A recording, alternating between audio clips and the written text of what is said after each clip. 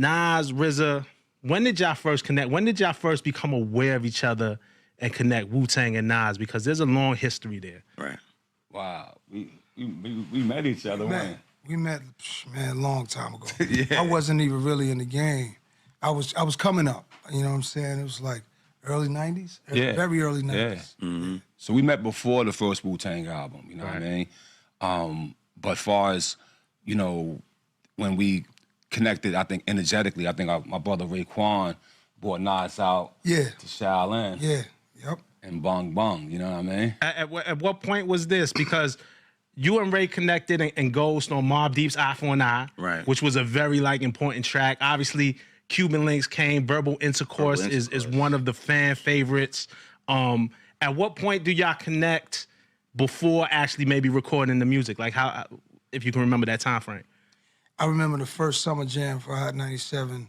We was all on that, and you know, I just recognized the music early. But when I saw, first time I saw Wu as a unit, it was you used to hear about them mobbed up in the parties and at the clubs, at the Muse and the Octagons or whatever the club names was, and I was like, wow, there was a lot of them, and they brought that energy, so I couldn't wait to see them in person. And I think it was Hot 97 Summer Jam, busting through the doors in the back doorway when everybody comes in to the concert, and where all the artist entries, and it was like Ray popped out with a champagne bottle. First time I seen him, I just started laughing. Like, he looks exactly, his energy is exactly like how I would expect it. I saw Reza, I saw everybody, Master Killer, Ghost, I saw everybody, and I was like, these are my brothers, automatically. Wow. Yeah, it's like, there's so many stories of y'all, like, prior to us seeing any, like, footage or anything. Like, how did y'all keep in contact at those times? Because remember, now there's no DMs and no phones. You know what I mean? I mean, beepers. I mean, at this time, I'm a little kid, so y'all being grown men at that time, how was y'all able to, like, sustain building a relationship? Simple cell phone numbers. Yeah, us in hip-hop and culture is like, we see you when we see you, right? When you see something that's pure, you don't got to see it for 2 years and see it again. It's the same. You know what I mean? I think that's something that we could both attest to and our crews can attest to, is that, you know, beyond the evolution of the music and the popularity and the way hip-hop has economically changed our lives, the base root of us are the same dudes that saw each other at the Hot 97 Summer Jam or ran into each other outside the Palladium. You know what I'm saying? I was a fan of Nas. Like, I always use different analogies for hip-hop.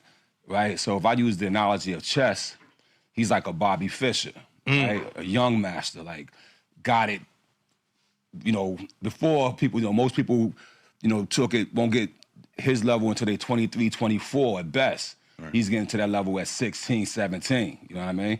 And so that's when he dropped that first album, you know, I'm older than I, so it's like, he dropped that first album, all the brothers who was older or whatever knew, like, yo, this is the Jedi right here. This is the master.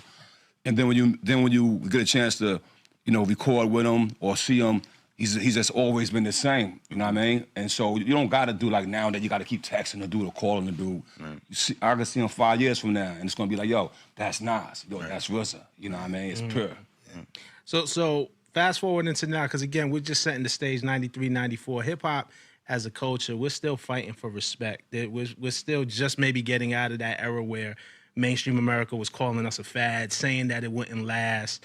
And here we are, New York State of Mind tour. Man, yo, we got out of that era, bro. Yeah. What we're doing is, I think, not being egotistical, but we're confirmation of that. You know what I mean? You know, hip hop has over this 50 years has embedded itself into the culture, into world culture. You know what I mean? So for us, of course, it's a blessing. New York State of Mind. That he made that song in 1994, right? Probably might have made it in 92 or 93. It came out later, he was right? Cooking that album for so long. Right. But I know what you're saying, but I just wanted to say, like, I think America, we've been accepted hip hop. Right. You know what I mean? We got hip hop. We had a hip hop president already, yo. Right. And that's why I was saying, I was kind of setting up the question for you to knock it down, because we're in this era where y'all being veterans are still selling out arenas, and the excitement is still there.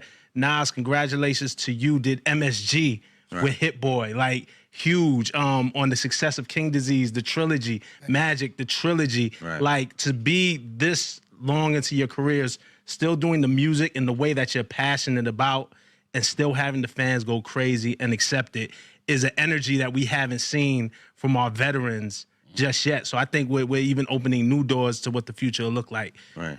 I still think about when I first went to Shaolin with Raekwon and first met RZA, like in his creative zone in the studio. I can't remember what studio, where it was. In my basement before the flood. Yeah, that was crazy. And just watching how they was putting it together, I still feel like you're the same kind of guy when it comes to where your heart is with the music. I feel like when I watch y'all on stage, I'm taken back and I'm remembering some of the things and the elements that we should be sticking to when it comes to creating. Right. Because the first song that comes on, it just brings me back. I think that's the intro to 36 Chambers. Yeah, once we do the Killer Bees on the Swarm. Yeah, Killer Bees on the Swarm. Yup. That joint. Yup. It's like just the sound of it just takes me to like, damn. It's like, damn. I want to make records like that right now. Man, I know we ain't got a lot of time, but I wanted to ask y'all this question. RZA, is there a record that Nas has ever done that you wish you would have produced? Man, it's a lot of those, but when he dropped that One Love joint, that lyric to me, top 10 lyrics, because I measure things from what comes after it. What does it do to inspire? Like, there was no lyric ever written like that before. You don't get Stan if you don't get that. You know what I mean? So One Love is just one of my favorite lyrics of all time. And thank you for that. My brother was locked up. My older brother was locked up when that came out, and that record spoke directly to me. And I think for so many of us. So thank you for Absolutely. Luke, Word. Luke, Okay, we getting the rap sign. That's it. That's it. All right, Yeah. listen. Man. I wanted to say something. If y'all still recording. Yeah, let's go. Come on. Every beat he made, I wanted to get on. I wish I was on. That's Right. it. That's Let's all go, about. man. Come on, Nas. The world is yours, man. Let's It's go. gonna be a night, yo. Amazon, thanks for inviting us. It's gonna be one of those nights tonight. Word. I can't wait to see the show. But right now, we're gonna go to the stage. No. Keep going. Okay. De La Soul. Come on, man. We're talking about legends. Wait, what happened? Oh, keep going for 5 minutes. All right. We messing up the baseball singles, but we're here, so we got let's go on the stretch. Let's go. But De La Soul is coming up. I promise you, that's not a fake out, and that's special too. Salute to De La. Let's talk about De La a little bit, Yeah. right? Since we're on the topic. Rest in peace to Dave. Thank you, Dave, for everything that he's given us. Absolutely. But can y'all talk about, just as fans of hip hop, what De La means to the culture and why this year is so important to them with their music coming back to streaming? It's like a rediscovery. It just made everything you just said. It made perfect sense. Their music coming back. It's been away for a while with all the problems that was, whatever business issues was going on, and losing a member, Dave, in the group is like, it's like why? You know what I mean? It's like damn, like only Most High knows. You know what I mean? Why things happen the way they happen, but to have them on the tour for me personally, it makes me feel like. What was tour like? I want to ask them, like, what was tour like for you guys before me and Riz was in the business? They was out here shaping the whole landscape. So it's like I was buying all the albums and stuff, so it's plug tuning. So I look at them, I go, what was it like when they was in the clubs back in Wow. 88 or whatever, Killing it. And I gotta say the same. I was blessed to, I was signed to Tommy Boy. You know what I mean? So I still run into Trugoy, Pasta Nose, Maceo all the time. And Prince Paul, a lot of people don't know, like the hi-hats on my first single, Prince Paul put them in. I didn't put hi-hats on my songs. Wow. He was like, nah, brother, take the other add hi-hats to this. So De La, to me, is like, man, like it's special for them to be here, on the stage with us and on this tour with us. And it shows the power of hip-hop as well, because it's like, here they are as really pioneers, right?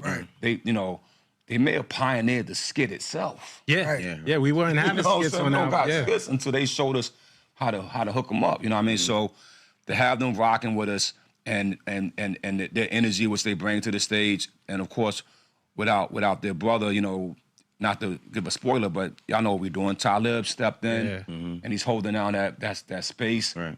Man, it shows the power of hip hop. Can I say I saw shout to Talib Kweli.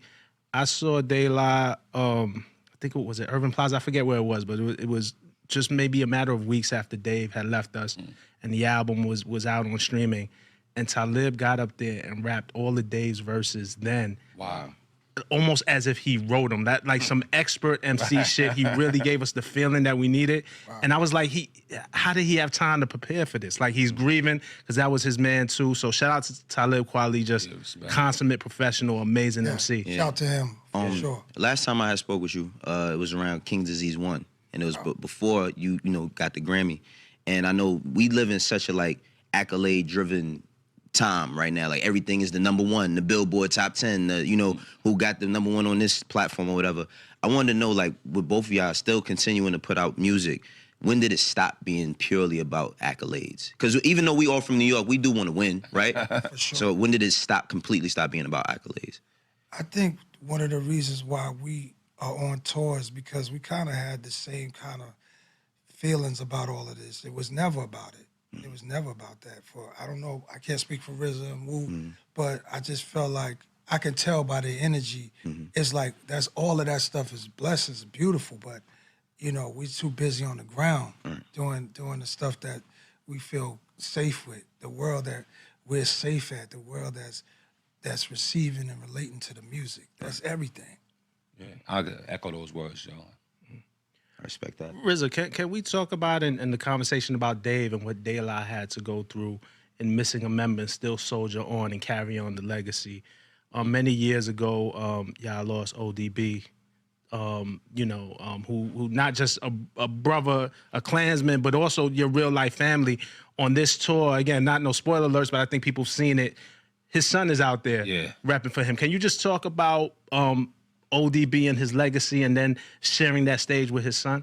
I mean, it's always tough when you lose a piece of anything, right? A man still got to keep moving. If you lose a finger, you got to keep it moving. And ODB was like losing an arm, you know what I mean? But we kept moving, and sometimes that brings you closer together for those who remain, you know what I mean?